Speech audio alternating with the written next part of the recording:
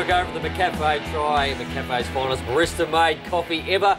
You're watching Future Stars for INC Sports Nutrition, and this man has been lighting it up in the Kangaroos forward line. Mason Wood joins us for the first time on Future Stars, and welcome, mate. The close games haven't been your friends this year, have they? No, certainly haven't. I think that's 4 really close games within 5 points, and I guess that sort of hurts your season when you lose all of them. So hopefully moving forward we can get a couple of those close ones go our way. You win those, you're well in the 8. You're looking at maybe even a top 4 berth. Well, I mean, that's how close this season is, really. Like, I think it's a couple games between, where we sit and where, top 8 sits. So, yeah, it does hurt, but there's still plenty of footy to be played left in the year. And before I set up the free kick, which it was at the end of the game, I looked at it and I thought, if that happened 10 times in a game of footy, 8 times it wouldn't be paid. It was a bit unlucky. We'll roll the vision, and you talk yourself over it. What happened?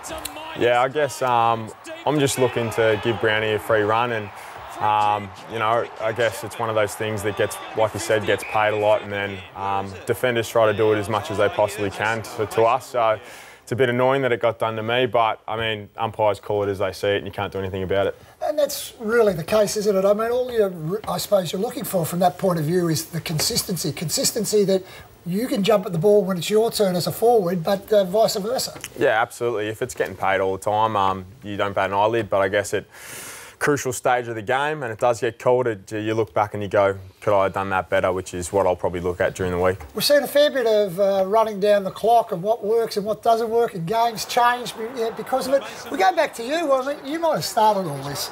Well, last night Higo got done, so I think the clock would have been up at that stage if it had if this hadn't changed. So what happened. Explain to us what's going on here. This was last year? Yeah. The runner came out and said there was 20 seconds left in the game, or however many seconds, and obviously did the math with 30 to go, and I just thought, I'm just going to hold on to it. Probably could have made it look like I was probably just setting up for goal, but I guess I was a bit stuffed to do anything else.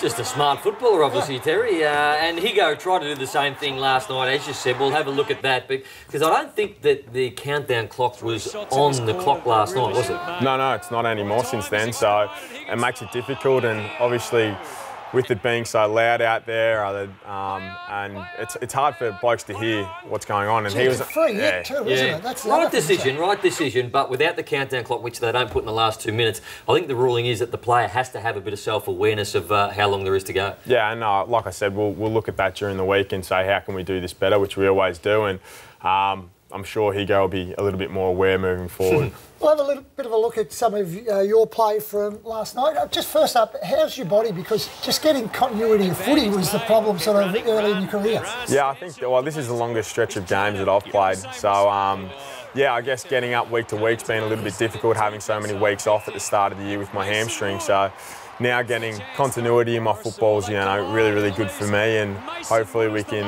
continue moving forward and I can start picking up my workload a little bit. And the clarity around your role in the team now, are you absolutely certain of what your role and responsibilities are in that sort of forward structure? Yeah, absolutely. I mean, I'm third tall, and I guess bringing in Madge this week sent Wade to the wing, and I think just that versatility of our forward line and our group is what going to hold us in good stead moving forward. So.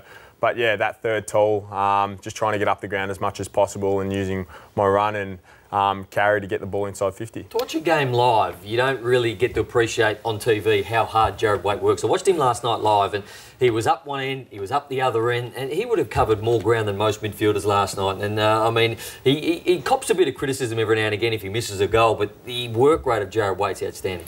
Yeah, I said that like you said, his work rate is phenomenal, and he is a class player, and you probably don't realise how good of an athlete he actually is. At 33 that he is, and he's still running around like he's 22. So he's doing very, very well, and obviously just flicked him to the wing, and you can see what a talent he actually is to just go to the wing after doing little to none in the years that he's been at North on the wing. So yeah, it was a great move, and he really, really set the game up for us last night. Now, Mace, we want to recall your pathway. Geelong Falcon boy, drafted number 41 5 years ago, but drafted at 19. I want to know what you were doing at 17 and 18 as to why maybe at 18 you weren't selected. Yeah, I guess I was a late bloomer.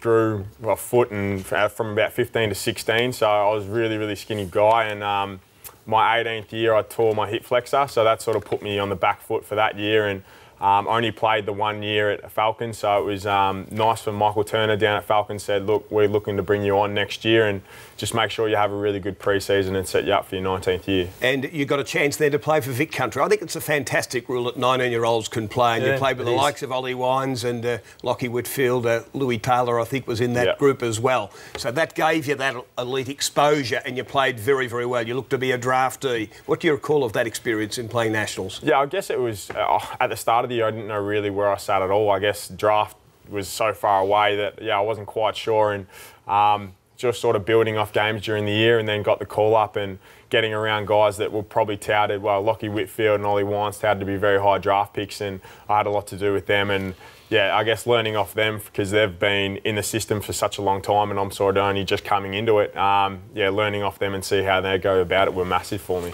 You have been on Future Stars before as an 18, 19-year-old with Stevie J having a bit of a go at the sharpshooter, one of the best in the game. Steel sharpshooter. Yeah. And you won this, didn't you? Yeah, well, I think I was first cab off the ranks. I think Stevie came fresh out of the car, so I don't know that he had his kicking boots on just at this point.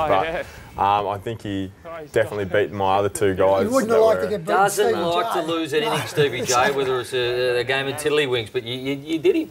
I did him, and Mum still got the blower at home. So.